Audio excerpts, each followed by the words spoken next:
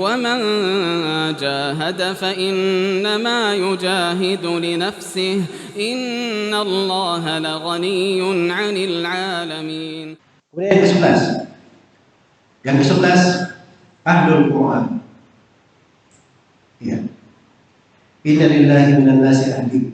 Sungguhnya Allah Subhanahu wa taala memiliki ahli-ahli keluarga-keluarga dari manusia. Ketika ditanyakan kepada Nabi siapa mereka, maka Rasulullah menjawab, Ahlul Quran, Ahlullahi wa khassah. Ahlul Quran itu adalah keluarga Allah dan kekhususan di sisi Allah Subhanahu wa taala.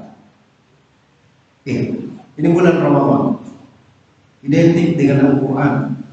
Syahrul Ramadan alladzi unzila fihi Al-Quran. Bulan Ramadan yang diturunkan padanya Al-Quran. Nabi SAW itu setiap tahun Jibril turun agar supaya beliau membaca Al-Quran kepada Jibril. Fayudarisuhul Quran. Itu setiap tahun. Dan di akhir umur beliau, Nabi membaca bahwa ajalnya sudah dekat. Karena biasanya setiap tahun Jibril turun, beliau menghatamkan satu kali saja. Tapi di tahun yang beliau meninggal, beliau menghatamkannya 2 kali. Dan itu perubahan. Beliau katakan kepada putrinya Fatimah, itu pertanda ajalku sudah dekat. Ajalku sudah dekat. Jadi seorang itu ketika dia sudah masuk di akhir Ramadan, harusnya perhatiannya terhadap Al-Quran itu lebih baik dan lebih baik. Makanya di sholat malam itu dari kebanyakan manusia, mereka di akhir Ramadan itu menambah kadar sholat malamnya, menambah lamanya, menambah bacaannya. Dan sama dengan awal Ramadan. Tidak sama dengan awal Ramadan. Umumnya manusia di tempat yang orang-orang yang menggunakan agama. Sampai saya sudah sebut ya bahwa di sebagian malam itu Nabi menghidupkan seluruh malam dengan membaca Al-Quran. Dengan sholat bersama para sahabat Rasulullah SAW. Al-Quran itu bukan sekedar dibaca. Dasarnya Al-Quran diturunkan untuk ditadabburi. Kitabun anzalnahu ilaika mubarak liyadabbaru ayat. Kitab kami turunkan kepada Nabi Muhammad berberkah supaya mereka tadabbur terhadap ayat-ayatnya. Tadabbur terhadap ayat-ayat. Dan itu tadabbur terhadap Al-Quran, subhanallah, tempat yang paling indahnya di dalam sholat. Makanya Nabi SAW itu pernah sholat satu malam, beliau hanya membaca satu ayat. Di akhir dari surah Al-Maidah, "Intu'adzibhum fa innahum ibaduk wa in taghfir lahum fa innaka antal azizul hakim." Beliau cuma baca itu saja satu malam. Tadabbur yang akan kandungan. Jadi kita harus melatih diri kita di dalam sholat itu bagaimana menghadirkan mana dari bacaan yang dibaca oleh imam.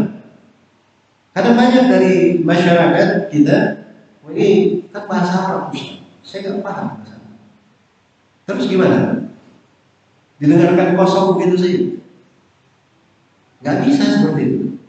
Kita harus melatih diri kita untuk terpengaruh dengan bacaan orang yang membaca. Paling tidak orang membaca Al-Quran di depannya, dihadirkan dari keagungan Al-Quran di dalam hati. Ini yang dibaca ini bukan sembarang bacaan, itu firman Allah Subhanahu wa taala. Kita aja dapat penghargaan dari presiden, itu bisa dikoleksi, dipasang di kamar, mungkin 7 turunan akan dijaga dan dipelihara. Ini bukan sembarang, ini dari Allah Subhanahu wa taala. Kemuliaan untuk setiap muslim. Dihadirkan dari keagungan dan besarnya, kebesaran kalam Allah saja, itu sudah cukup. Ketika dibacakan ayat-ayat Al-Quran kepadanya, untuk dia menangis, dia sujud terhadap Rasul. Apalagi kalau seorang memang paham makna dari ayat-ayat yang dibacakan. Dia belajar dari tafsirnya, belajar dari guru. Ini kan manusia berjenjang di situ. Tapi maksudnya di sini kita memperbaiki hubungan kita dengan Allah, khususnya di waktu-waktu yang tersisa. Semakin baik keadaan kita dengan Al-Quran tersebut. Iya. Tapi saya ingatkan ya tentang tadabbur. Ada sebagian dari ulama yang kadang mereka di akhir Ramadan dia khatamkan 30 juz. Itu bukan sekedar bacaan saja, tak paham maknanya.